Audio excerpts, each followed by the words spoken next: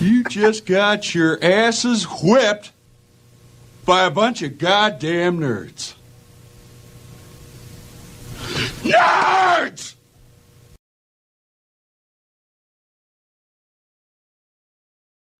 Welcome back, everybody. It's been a minute since we have been able to talk about any shows. It's kind of like a dead period for anything coming out new. The move You got blockbuster season starting in a couple of days in July, or even this weekend on Friday with F1. They're probably kicking off the blockbuster season, even though Mission Impossible was out at the end of May. But this seems more like you got F1, you got Jurassic Park, you got Superman, and then at the end of July you got Fantastic Four. But here we haven't talked about, like I said, any seasons in a while, any TV series in a while. But today we're here to talk about Ironheart.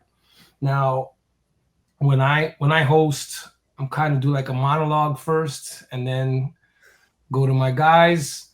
So I'm gonna do that again. I'm gonna start first because I'm selfish. So I'm gonna go first. And so Ironheart is similar to, and I'm gonna kind of, it's very similar to how I feel about these classic movies that don't deserve sequels, and there are characters who I feel don't need their own series, and this one falls into that category. I thought they did a really good job of introducing her in Wakanda Forever, but I didn't think that she deserved. I didn't. Let me not say deserved, because this has nothing to do with the actress. Has nothing to do with her. I just, it's a decision that I'm not comfortable. I don't agree with Marvel on. Like, this is not a series that I felt was needed, and it doesn't seem like they felt it either, because it's only 6 episodes. Like I spoke about before, it's in a kind of a dead area of the year. There's not really a lot going on right now. So yeah, here's Ironheart. Here's 6 episodes. It'll be over in 2 weeks. Unfortunately, it did get review bombed before it even dropped, which is unfortunate, because there are some knuckleheads out there. But this is not it. I think we're pretty fair here on this, and this is basically just how I feel about this series. The character is not an A-list character to carry an entire series, my opinion.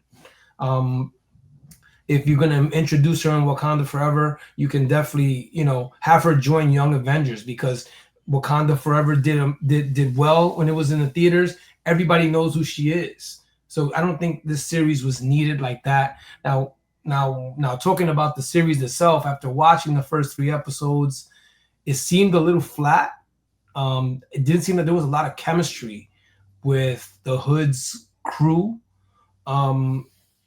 Yeah, I just, it wasn't, I wasn't engaged as I was, like I would say, like when I use that word when we were talking about The Last of Us.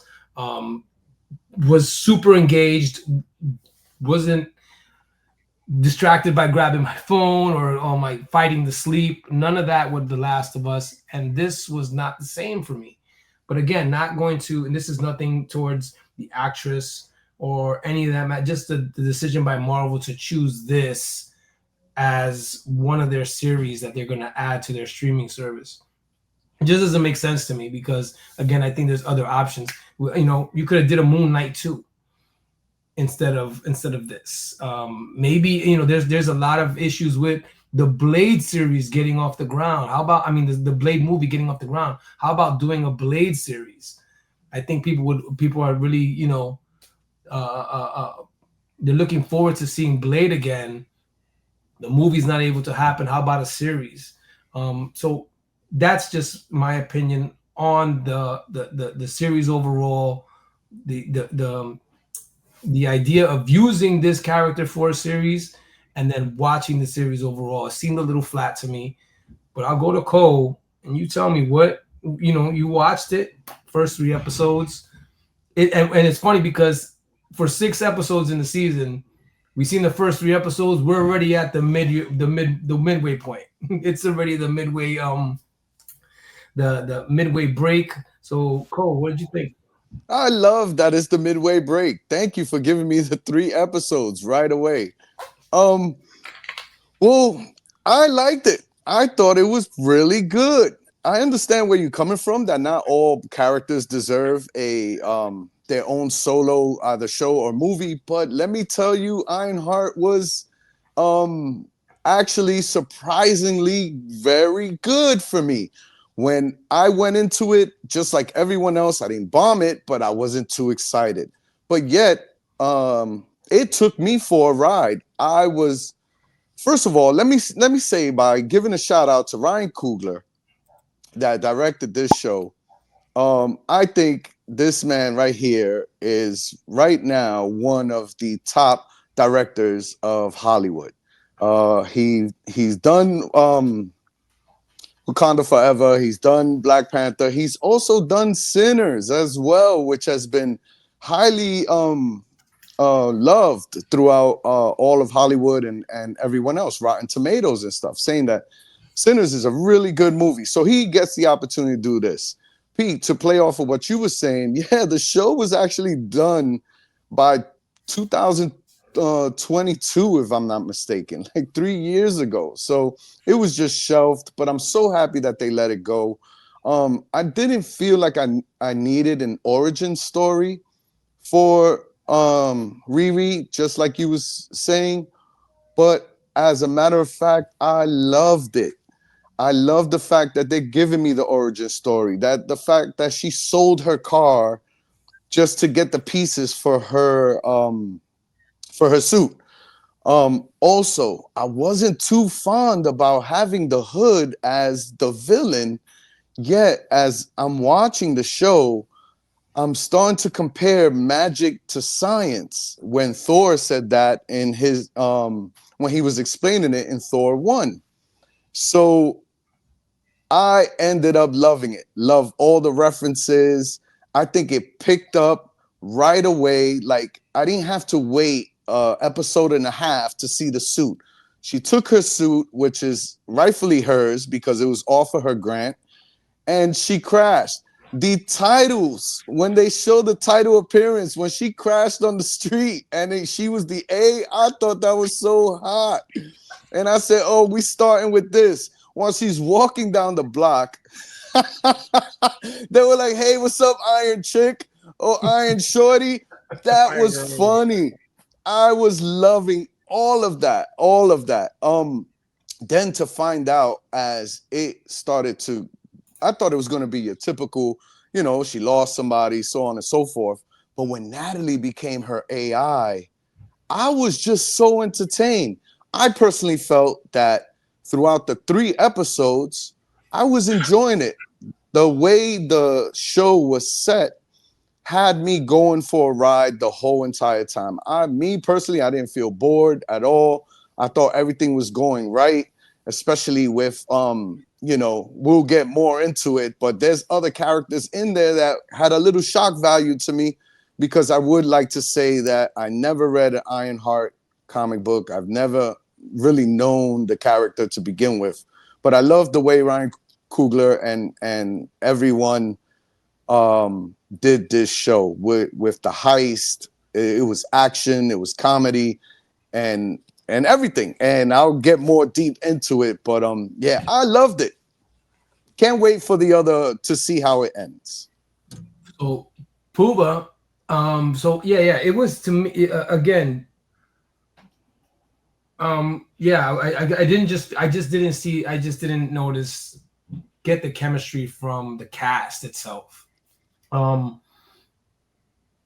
and I like I said, I don't think that Marvel doesn't seem like they have a plan. I mean, I guess we'll see what happens when Doomsday comes out. You introduce a character, and I'll go back to Moon Knight. Moon Knight's one of the more popular characters, and we haven't seen him since. I want to say, while I was watching it though, Pete, I felt like Captain America is going to recruit her. So while I'm watching the show, I'm wondering who's going to recruit who, because Miss Marvel went and got Kate Bishop, and then obviously we got the Thunderbolts. So I'm curious to know who's going to recruit her, and I feel like Captain America is going to recruit her for that Doomsday movie. So I mean, yeah, we'll find out next week, as you know, we'll see the season finale like this already. So Puba, now talk to me. What did you think about these 3 episodes? Go. Where do I begin? I actually, when Ironheart started coming out, and I knew it was coming out, I started reading the comic books. And Tony Stark was her mentor. Tony Stark passed away. Tony Stark was her AI in the comic book. So was Natalie, and the wannabe Microsoft paperclip that they put as a pencil. I thought that immediately. Oh, Trevor. Yeah. Trevor was the paperclip from Microsoft. I went into this with high hopes, and maybe too much high hopes. The show's terrible. The acting's terrible. I think that Riri Williams is a beacon of light in the comic books. In this show, she's depicted as completely angry all the time, upset. She's always trying to prove herself in a sense. And maybe the arc and fighting with Wakandians side by side didn't do that for her. But we've seen that. We've seen what she could accomplish. She's getting, bless you. She's getting Bless you. She's getting props in MIT. And so far for the first 3 episodes, she's nothing more than a villain. She let someone die and suffocate in a room. She's doing these heist jobs in the first 3 episodes. And, each heist is getting more dangerous, of course, but very much like Alien again, I guess she went rogue to try to cut off a piece of the thing. And a lot of it doesn't make sense, man. And, the funny thing is just that what makes a great show sometimes, especially from Marvel or DC, the villain has to kind of match what the hero is. And here you have an intelligent, beautiful, amazing, smart Riri Williams, and she's hanging out with a bunch of thugs and a magical person in a sense that Anthony Ramos, portrays. This is a tough watch, and I get it that I think it was like at 30% Rotten Tomatoes, and it went back up to 60%. But and I'm gonna compare this, right? And here's the thing about this show: I don't need a person and to impose culture and poverty on us when Riri Williams has the power to change that. And she's kind of stuck in this wheel of a house and just went back to the ghetto to do bad things. Again, just in my opinion, it's just a horrible story to be told. The direction, I mean, Riri Williams she's just doing this all the time. Again, I don't get it. I don't get the acting portion of that. I don't know why she has to portray Riri Williams that way. Again, we're talking about a mentor from Tony Stark, and this is the way she's behaving. And I get it. In her head, she wants to be iconic, and I get the show. Listen, people are going to say they're bashing it because it's a black show and they're bashing it. No, I'm not bashing it because of that, because Luke Cage was a black show, and I loved every minute of it. And it was in Harlem. I'm sorry. The show is trying to push something down our throats that we didn't need. We don't need this story. I don't need, if she shows up again, let's say in Doomsday or in Secret Wars, if she shows up, I'm okay. Just like Winter Soldier popped on the shoulder, Wakandians picked them up. Let's go. That's all I needed from Riri Williams at this point in time. But there's no character buildup. It feels empty. This there's a reason why they didn't put it out in 2022, and they shoved 6 episodes down our throats in 3 weeks. 2 weeks. Unfortunately, I don't think this is delivering at all. It's interesting that you say that, and just to kind of give an analogy for me from what you said, it seems like it feels like I'm reading something and I'm just reading the words, but I'm not retaining the information. It seems like that's what you're trying to say. But it's what is interesting to me, I found a little interesting, is that she's she's committing crimes. Like, you're breaking the law. You know what I mean? I was thrown off by that, and I do want to see the and I wasn't excited when this was announced. I'm gonna be completely honest. I wasn't excited, but again, I'm gonna give it a shot. That's what we're doing. We're talking about it, and we're having a discussion about it. I'm not just sitting here and I'm not gonna slam it before I even saw it. Again, I watched 3 episodes. I'm interested to see the Hood. I'm interested to see how his character plays out. But going back to what Puba said, a series, no, I didn't agree with that decision to give this character a series. But again, she was introduced. Oh, Young Avengers is coming out. Oh, look who we have here. You know what I'm saying? Like, she could have been recruited in another way, not an entire series for this character. But we're halfway through. So Cole, you've given it 2 thumbs up so far. What else did you like about the show? Like, anything specific? Yeah, well, it was a lot of things. It was definitely the references and stuff like that. But I want to say shout out to Chicago, man. Having her in Chicago, if you guys did not know, each and every person that was represented within that show represents Chicago. So shout out to Chicago. I love how she was trying to she had to carry the suit over to Joe, which was a great Easter egg for me. And she took the Cubs flag and put it over. She hit out the box with that one right there. Boom. And when she ends up finding Joe, we're wondering what Joe is all about. Next thing you know, we find out that Joe is the son of, say it, Obadiah Stane. Obadiah. thank you. So that was a boom for me. I said, holy smokes, this is awesome. How I completely forgot about that, man. And the way they put him into it, I love that it's not only the Hood, but also her. Shout out to the Hood, Boricua. He had the Puerto Rican flag tattooed on him. He also had the Taino sun tattooed on him while he was trying to hide what the Hood was giving him. And I just love the fact that before going into this, I wasn't happy about the Hood being the antagonist, but yet when I found out that when I really thought about it, it's magic versus science. And I think actually those two collide. And that's a great way of showing which one is more superior. To go back to what Puba was saying, in her opening monologue while she was talking to the dean of MIT, she was saying it's, for Tony Stark's it's pretty easy. He's a billionaire, trillionaire, so he can make that happen. She had to do what she had to do. I know what it is to do what you have to do in order to make it in this world. So I totally relate with her when, yes, she is doing crimes, Pete. But at one point, she's trying to tell herself, well, these crimes, I'm doing crimes as a Robin Hood so I could give back to my peoples. But we don't know where it's going to go as far as the story ends.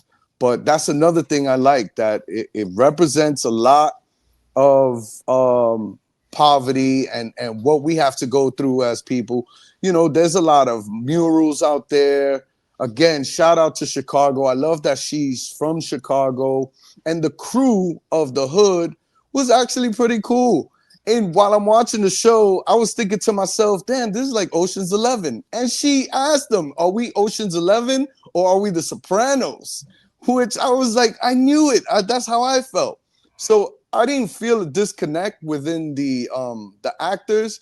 They might be a little more animated as far as the crew is concerned, especially when she took the Hood I forgot the actor's name, but Clown. yeah, when Clown took the hood, I was like, oh my gosh, what are you doing? Yeah, bugging.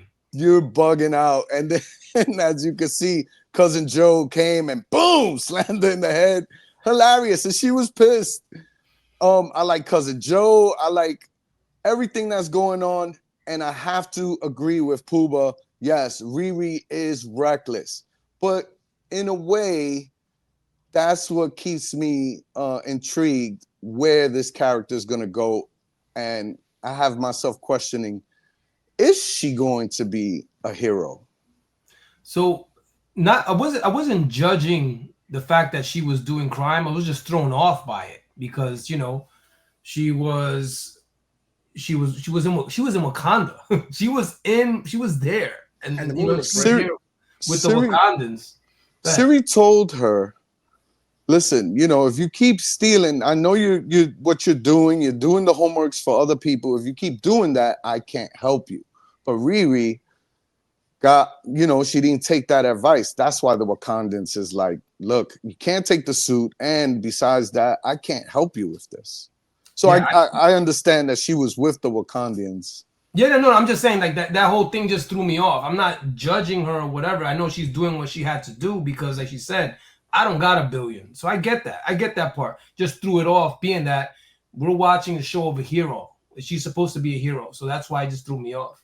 So Puba, we went with Cole, who was giving it 2 thumbs up and he told us what the specific parts that he liked. What were the specific parts that you disliked? I'm going to say that, but I want to give a shout out to Manny Montana, who played Cousin John. I think he was the best actor in these first 3 episodes. He was the most believable in the episode. I had more fear in the sense of for them from John than I did from the hood. That part was amazing for Manny. Who I actually first saw in the Mayans, and I think he was on Good Girls as well, but they killed him off. So again, thanks for nothing. So that's one of the immediate. That's why I mentioned that first, because I hated that they killed John. I hate that they killed John. His knife throwing was dope. He was a dope character, and they killed him off. And I get it. You probably did that for the impact for the hood. So I get the reasoning why you're doing that. But you just killed off the best actor on the show. Point blank. Definitely didn't like it. Another thing that I didn't like. You're going to tell me that she just got paid on the first job, right? And then she was taking the suit to I know his name is Zeke now, but I think it was Joe. Mm-hmm. I want to say Gillicuddy was the name that they used on the show. Yeah, Joe McGillicuddy. Yeah. She went to the kid on the corner to use his what's it called? The Red Rider thing? The Red Wagon. The Red Wagon. $40. I'm sorry. That doesn't make any sense for you to leave your house when you can get Amazon same day delivery and you got money. But then she decided to go to the guy in the corner to pay him for, again, just really bad writing there. I'm sorry, guys. Don't defend that. She has a big suit. She's carrying on a red wagon to take it to this guy. That part, mind-boggling. I didn't. Again, the story arc for Zeke was dope. I did like that, Co. I did like the connected Iron Man to Ironheart in such a way. That was the best part of the whole thing. I actually messaged P. I said, you're probably not going to like it until one part in part 3. I told him in advance. The rest of it, I don't even need that stuff. So for me, it's like, listen, I want to give a shout out to Matthew Elam, who played Xavier, the guy. He delivered a great monologue when he was talking about the headphones, that it was his sister's and every scratch and every dent reminded her of him. I think he delivered a great job. No mother in the world, if you recreated a dead person, the impact on that, you have to question, why would you bring somebody back from the dead in AI? And then the truth of the matter is, when she asked him to bring the husband back in AI, it was a simple word like, no, I can't do it. You're gonna tell me that the mother wouldn't have cried or fought to say why? You're selfish. You're doing it. You're bringing back your best friend, but you can't bring back the love of my life. Like there should have been something there. That would have been great dialogue. Missed it. Didn't even give it to us. Didn't give us a real heart-to-heart dialogue between mom and daughter about bringing back people life in AI. Because, you know, that's the next thing. That's the next technology that we're going to start. Again, we already see it with Tupac and Michael Jackson on shows. Again, love that they brought that up. It was a powerful moment, and they threw it away. Absolutely threw it away. I'm sorry that I'm ranting on this because I was very excited for this show. Unfortunately, it's a letdown. And again, you can't expect everything in internet. The good news is if this is all cloaked up and backed up by Mephisto, they can actually save this series, which I'm hoping that it is, and it's not Dormammu, who is known to be within the Ironheart series as one of the villains for her.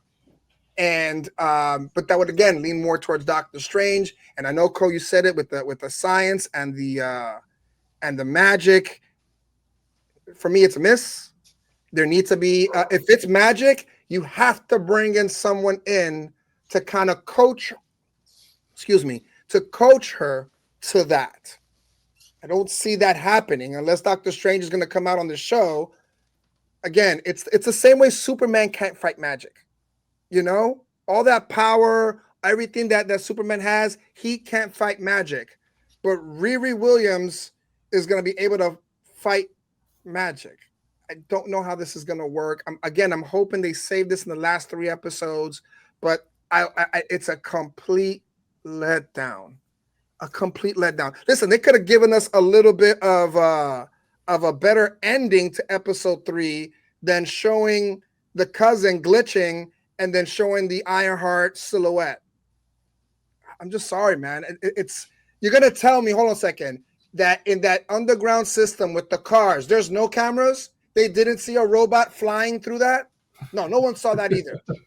Absolutely not. Okay, I'm sorry. I apologize. How about the first one where she showed her face to the guy that the guy bent the bullet and shot? He didn't see her either. Maybe it was too dark. I don't know. Bullcrap, guys. If the writing is bad.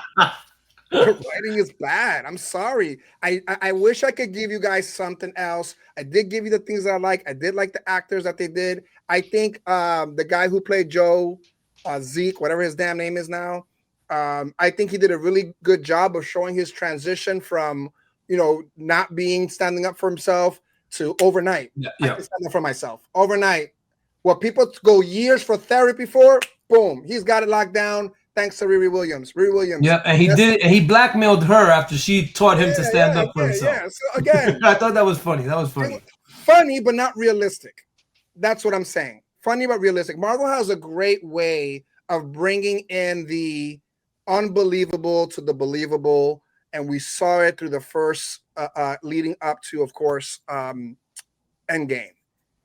And I'm hoping that the next 3 save this for me, man. And again, great shout out to Chicago. She was wearing the Jordans hoodie with the full suit, so she was representing Chicago as well. They show a great skyline as well in Chicago to represent the city. I just wish they did a better job. That's just my opinion. I just came back from Chicago, and Chicago is very gorgeous city. Gorgeous. We give you both sides of the spectrum here on Nerds Podcast. We got Cole who loved it and gave us his points, and Puba as well. And Puba is the resident nitpicker. Yes. And you saw it in full force right now because he went in on this show. But again, it's good that we're gonna be objective here. We're not gonna just say, "Oh yeah, it was great because it's Marvel." No, that Marvel is back thing, and people want to use that so bad, and it's just like, let's just put that to the side right now, and let's see. Look, and it sucks because Marvel kind of did it to themselves because they had such an amazing run up until Endgame, and then it's kind of like, wow, they got here, and then just it's hard to go up from that. because Can I it say was so something on that? great. I would tell you that even after Endgame, WandaVision was spectacular. I enjoyed Winter Soldier, Falcon, and how it turned into Captain America. Loved how they did that. Again, I'll go back. Daredevil wasn't bad. It was a good show. It was watchable. It was watchable. Again, even the series that were on Netflix, man. Like again, I could tell you that and I know I'm probably gonna be the only one on this. She-Hulk was better. She-Hulk in 3 episodes was better. And if you're gonna put money in this, please, Blade, Moon Knight, you have characters you've already put out there. Honestly, let me ask you guys both a question. Do you think you're gonna see Ironheart after these 3 episodes? After these 3 episodes, or you mean the series? Next 3. After these next 3 in the series, do you think we're ever gonna see her again? Yes, I believe she shows up in Young Avengers. I don't know if she shows up in Doomsday. I believe she shows up in Young Avengers for sure. That I believe that. I believe so too. She's definitely going to show up. I believe she is going to be in Doomsday, or definitely Secret Wars when they have the battle, and she's going to end up learning how to go against magic with technology. So Cole, Pooba just kind of compared it to other shows. How do you feel based off, like, he brought up She-Hulk? What how do you feel it compares to She-Hulk? Being that that's a good comparison. So being that you liked Ironheart, did you like She-Hulk? I did. I like She-Hulk, but She-Hulk was trash at the end. Absolutely horrible. I get that She-Hulk plays the fourth wall, which there's a few characters that do that. So the play with that was cool. Where did Daredevil come from? Don't know. Then all of a sudden, at the end of it all, she's twerking with Megan Thee Stallion, and it's Kevin, a camera. I mean, I disagree with my brother Pooh, man. Absolutely not. With the 3 episodes alone, it's already way better than She-Hulk for me. See, both sides. We give absolutely. It to you. Both. I also want to say, watching the 3 episodes, I miss Tony Starks. I really did. I thought that was something of mine while I'm watching this, knowing that back in 2007, got to see Tony and how he got his suit and how he built himself up. I was playing both sides of the fence with this. So I also liked it because it gave me a nostalgia of watching Tony make his suit.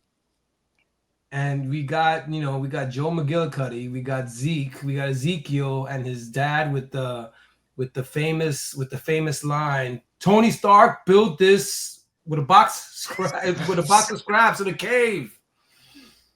Like another shout out that I like, the Blood Sisters, when there was a scene in the first one when they were in the electric. Did you notice that said the friendly neighborhood on the van? Shout out to Spider-Man, of course. But there was a slide that she did on the table. That was dope. That was dope as well. Yeah, it's some unrealistic fighting, like all of a sudden they're all nice with it, but I'm okay with that. I mean, it's a Marvel show. I mean, we're gonna see that type of stuff. But again, it's not like Fast and the Furious. In the first movie, they were just regular street racers, and now they're like special agents. Like, no. See, there I can't deal with it. Here I can, because it's after the source material is a comic book. So I can deal with them doing flip kicks over a table and connecting perfectly. I can deal with that because, it's a comic book. I got another question for you guys. Again, Cole, I'm sorry. Go ahead. They were all asking you, what you gonna do with the money? Siblings, real quick, Fight Club. Underground Fight Club. Yeah, thank you. Yeah. It doesn't exist. Are you guys okay with bringing the dead on AI? Say that again? You know how she brought back her dead friend AI in the sense of artificial intelligence? Are you guys okay with that? No. People do it. That's their business. Me personally, I wouldn't do it. Yeah, cool. You talking real life or you talking in the show? What we saw. If my kid invented and brought back, let's say my dad, God rest his soul, and brought my dad to AI, I would be upset with my kid. Like, why are you doing this? Yeah. You have to let the people that passed away rest. This doesn't allow them to rest. And again, this is me talking because I'm trying to give us a real life situation based on what we saw in these 3 episodes. Okay. She has to deal with her best friend that she saw get shot and bring him back to life. And mom was okay with it, thanking her, saying, hey, great job. You brought back her spirit. You brought back her attitude. Now, I wouldn't be comfortable with that. That's just me, right? P said his piece. Cole, what do you think? Well, I would like to say in the show, I thought it was cool that Riri didn't just jump at the situation and said, oh, Natalie, you're back. This is great. She was giving her a lot of pushback. And it was a buildup for her to finally trust Natalie. That's cool. If you take it in real life, it's a great question, by the way, because, you know, in today's world, that's where we're at. Me personally, no, absolutely not. There's a beginning and there's an end. The hardest part for me was mourning, and I wouldn't want to do that again in the event that something happens to that AI. So I'll just keep going with what happens and keep it from there. So to answer your question, no, I wouldn't be cool with it at all. Tony Stark said it best. Part of the journey is the end. And for Riri to do the opposite of that. And again, I'll relate it back to the reason why I asked the question is because, of course, Tony left an AI for himself to talk to his daughter, I love you 3000. And we saw that. That was cool. But to continue it, I think would have been a disservice to a legacy on anybody and anybody that we love and things of that nature. So part of the journey is the end. And I remembered that line when I saw that. And I was like, that's not cool. What I also did like though is that it was by mistake because she fell asleep when she was doing it, thinking of her. It wasn't like, yo, let me see if I could recreate Natalie. No, it was a mistake. So again, I think it's great writing. I think it was pretty good. You both you guys bring up some really good points, and I get it. But for me, I thought it was really good. Okay, guys. Again, give you the good and the bad here. Like the facts of life. If you're too young to remember that show and that song, then Google it. Oh no, YouTube it. But take the good, take the bad. And there you have Ironheart. See episodes 1 through 3. But listen, this is a good conversation. And again, we give you both sides of the spectrum here. No one's playing any favorites. But thank everybody. I want to thank everybody who has subscribed so far. If you're new, please do us a favor and hit that subscribe button, hit that like button to kind of help out the algorithm when this episode is put out. And we'll be back next week with the season finale, I guess. That's what season finale is 3 episodes, but we're able to find out what happens very quickly in this series, which is only 2 weeks. But we will be back with another great conversation. So for Puba, for Ko, we will return. The worst episode ever.